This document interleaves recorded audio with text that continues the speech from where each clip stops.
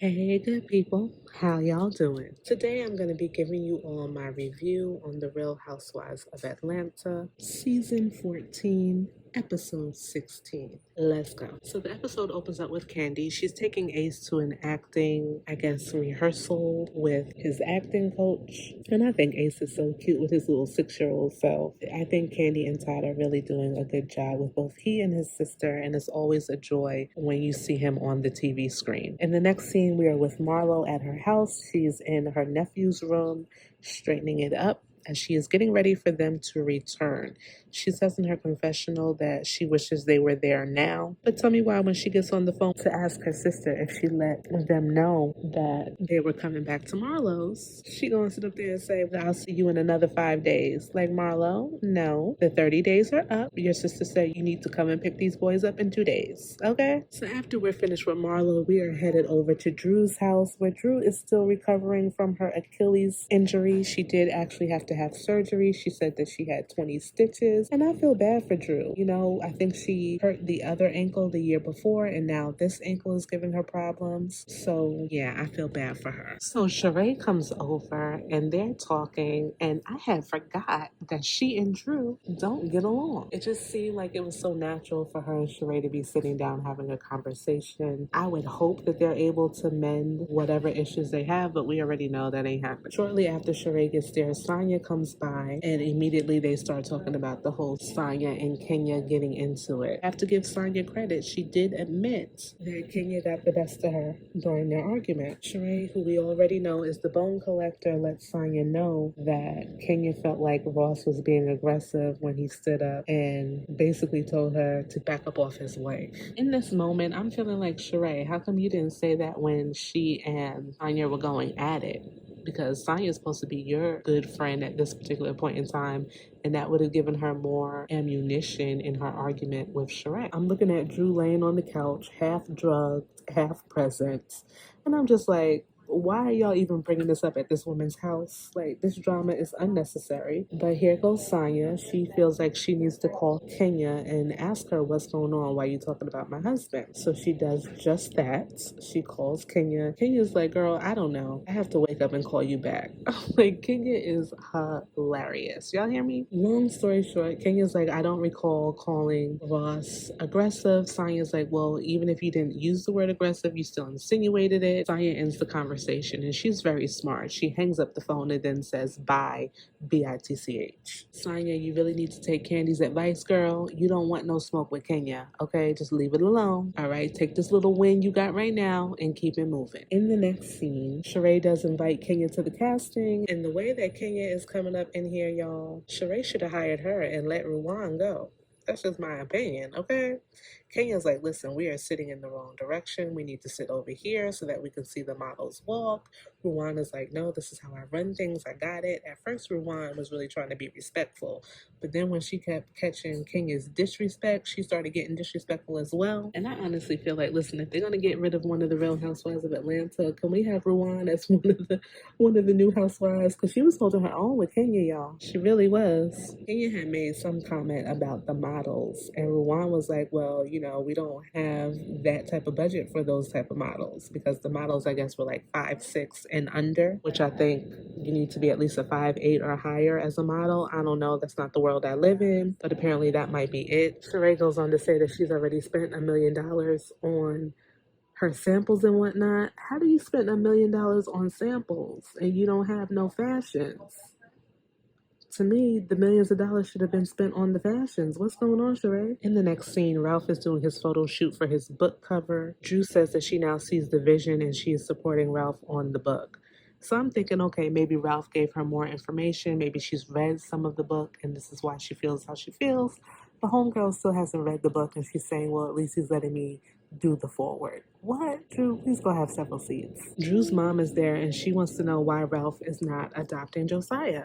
And Ralph was like, well, you know, I talked to Ricky and Ricky was like, it hurts, I guess, that Ralph wants to adopt Josiah. But he never says that Ricky says no. And I thought that that was Ralph's whole argument from the jump, that Ricky did not want him to adopt his son. That's clearly not the case. Ricky is just hurt that you want to adopt his son. But he realizes, as Ralph goes on to say, that Ralph has been a part of Josiah's Josiah's life, and he's been doing everything for him. So I'm still confused about this whole thing. If you ask me, I just feel like Ralph doesn't want to adopt Josiah. Ralph does go on to say that if Josiah wants him to adopt him, then he'll go ahead and do so, but he doesn't really see, I guess, why it's necessary because he's already doing everything for him. I will tell you this, it seems like Drew's asking all these questions when her mom is there as if her mom is her backup.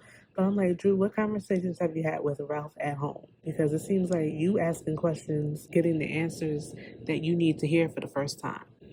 So in the next scene, we see that Marlo's nephews are back in the house with her, and they look pretty good being back home. Like they're getting back to the swing of things, being back with Auntie Marlo. Marlo says in her confessional that I believe Mikey realized they needed the structure, so he was happy that Marlo put him out. I doubt that that's the case, but if that's what Marlo wants us to believe, whatever. Marlo asks them how they feel about being back, and Mikey says, it's kind of different. And Marlo was like, what do you mean by that? And he's like, well, we now have our own bed and the shower is clean. So, so the sister's house, I don't know. I ain't gonna say nothing. We're gonna just move on. We are now at Drew's house for the party as Sheree is doing a walkthrough in Drew's house and looking at all the decorations and everything that Drew has done. She's like, wait a minute, I didn't agree to all of this. How much is all of this gonna cost? And Drew was like, girl, I sent you the invoice. And in her confessional, she actually has the invoice. And Sheree's portion is only about $1,300. And Sheree talking about this is too much. So then, of course, they flash back to Anthony where he's saying that Sheree don't like to pay. And listen, the tape don't lie. She's already disputing a $1,300 bill. Seriously, Sheree? Sheree does get a call from one of her friends. Apparently, Sheree has outsourced some of her fashion show stuff to California. And she has a friend there who's helping to look after the designer there that's working with her. Friend calls her and lets her know, listen, he doesn't have everything together. He does have some pieces, but he doesn't have all of the pieces. A lot of stuff is incomplete, blah, blah, blah, blah, blah. So we already see this is not looking good. And in this moment, I'm feeling like, Sheree, you're not taking your fashion show seriously. I don't even know why you are going with this storyline yet again. It's just going to be another disappointment. Now the ladies are starting to arrive at Drew's house for the party. I think it's funny when they start to talk. I think it's funny because when they're starting to talk about Sheree's fashion show, Candy's like, nah, Sheree is lying. There's no way that her fashions, as Sheree is saying, is stuck in Alaska. So Candy says in her confessional, I'm gonna need you to think harder. Like, really, girl, this is the excuse you coming up with this time? Kenya and Marlo arrive to Drew's house at the same time, and I thought it was hilarious because Kenya clearly sees Marlo behind her and decides to close the door in her face. This already is not looking good. How's this going to be a joint party and they can't even walk through the door together? Once Kenya realizes that the party is both her and Marlo, she says she's happy about the party, but she wouldn't want to share it with somebody that she's not getting along with. Understandable.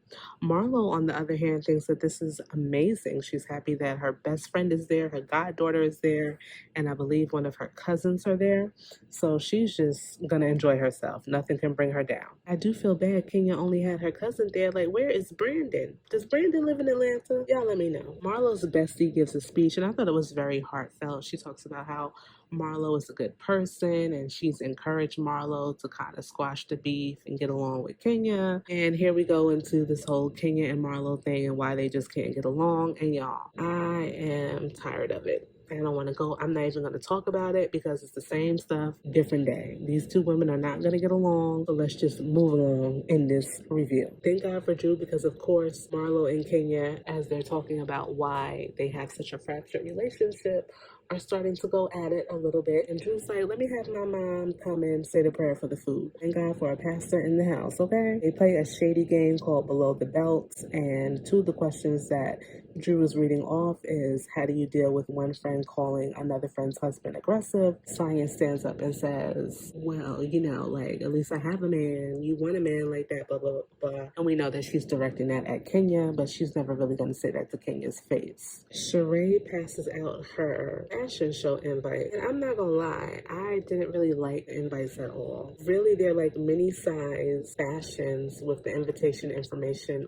in a box, like a shadow box. Candy in her confessional had me cracking up when she said, at this point, the only thing Sheree can make fashions for is Barbie. Candy does also say in her confessional that she doesn't understand how this woman, as Kenya says, can come up with fashions for a Barbie-sized doll, but can't come up with no fashions for the fashion show. And girl, I'm right there with you, Candy. And you know Candy is all about the business. I really feel like Sheree probably should have pulled her in for some consultations or something. I don't understand how Sheree has all these resources with all these different women and she's still falling flat on her fashion show. But I digress. I'm over continuously talking about Sheree and She by Sheree. I will also add though that Kenya does let the group know that Sheree says that she spent $1 million on the fashion show, and I guess She by Sheree is She by a liar because she's saying, no, I never told you I spent $1 million. And once again, the tape don't lie. You did sit up here on this episode and say that you spent $1 million on your fashion show, which we all know that was a lie as soon as she said it. So Kenya is basically saying, I'm not gonna go back and forth with this chick. Everyone that wants Sheree to win, raise your hand.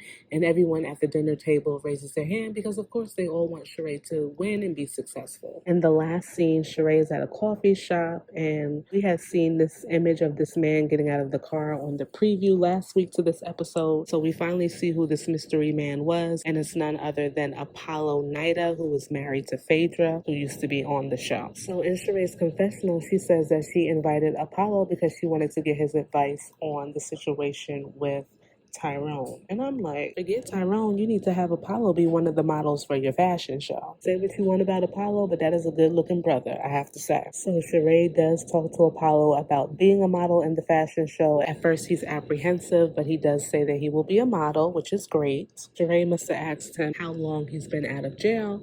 And Apollo's like, I've been out of jail for 2 years now. And I just feel like, with everything that went down, my wife left me and she wasn't there for me. So in his confessional, Apollo is talking about how Phaedra basically left him high and dry. She didn't go to any of his hearings. She was not there for him when he turned himself in. And apparently she did not want her children to be around him either. It's okay for her to say, you know what, I don't want to deal with you anymore because you've been dishonest and stuff like that. But I'm never going to support a woman who keeps her children's father away from her kids. And say what you want about Apollo, but Apollo is a good dad. We've seen that over the years on this show. So Sheree does discuss Tyrone with Apollo and fills him in on their whole situation. Apollo lets her know, listen, this is what men in prison do. They will call one woman up there to come and see them during visitation. And the next week, you'll see the same man there with a different woman. This is how they kind of pass the time while they're incarcerated. Sheree gets to crying and it's like, girl, let this man go, okay? Now you're hearing firsthand experience from somebody who's been